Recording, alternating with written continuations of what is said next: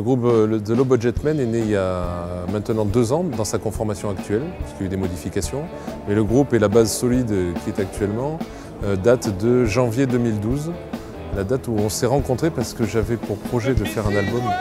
Parce que le groupe Low Budget Men est lié à une association 20 000 vies. Et le but de cette association est d'essayer de financer des défibrillateurs pour sauver des gens. Et donc avec la musique, on achète du matériel médical pour sauver les gens. Et donc on a réussi à se coopter, à se réunir en janvier par des contacts, par Shahin Rafati qui est ingénieur du son. Et c'est lui qui nous a réunis, parce qu'on ne se connaissait pas. Moi je connaissais le bassiste, qui était dans le groupe avant. Et Marc Piola et Eric Chabot sont arrivés sur des coups de téléphone. C'est sur un peu le hasard de la vie. Et puis depuis on est amis. Et puis surtout, musicalement, on s'entend très bien et puis on fait de la musique qui ne cesse de progresser. Dans le groupe, j'écris les paroles et les musiques, mais j'amène la structure, le squelette, et c'est mis en musique et en œuvre par tous les membres du groupe. Et chacun y met sa touche, donc c'est vraiment une musique de groupe. Et moi, je suis un fan des Kinks et de Ray Davies. Moi, c'est un peu mon idole et c'est un songwriter. C'est-à-dire qu'il écrit des choses, il décrit les gens, il décrit la vie.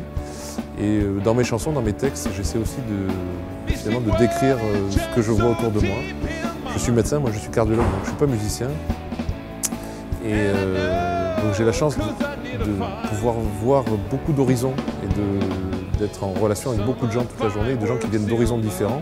Et ça m'inspire dans les textes et les musiques que j'arrive à imaginer.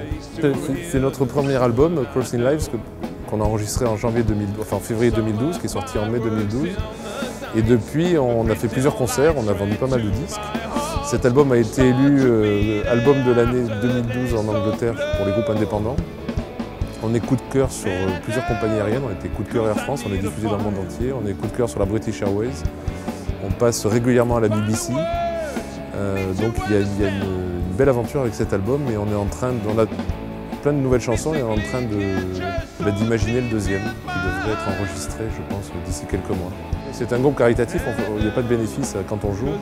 Tous les bénéfices du disque et des concerts que nous donnons sont reversés pour acheter du matériel médical, pour sauver des vies. On a déjà sauvé 15 vies avec l'argent que l'on a pu fournir.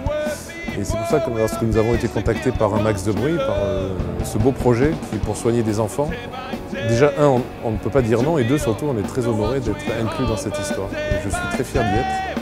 Je sais que tous les musiciens sont très fiers d'y être, et je trouve que les organisateurs, et notamment Zip, qui est le maître d'œuvre dans tout ça, je trouve et tous les bénévoles qui tournent autour, c'est une histoire magnifique, dans laquelle je suis très fier d'y être, et j'espère qu'on va tous donner tout notre cœur pour que ce soit la plus belle histoire.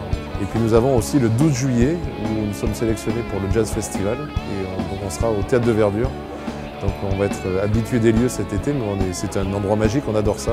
Et voilà, donc on va faire le 12 juillet à 19h30 au Théâtre de Verdure. C'est une soirée très jazz derrière, mais nous on va essayer d'être un petit peu rock et un petit peu jazzy. Non pas jazzy, mais on va probablement avoir des cuivres avec nous. On va essayer d'avoir un registre un petit peu différent et un petit peu original pour le jazz.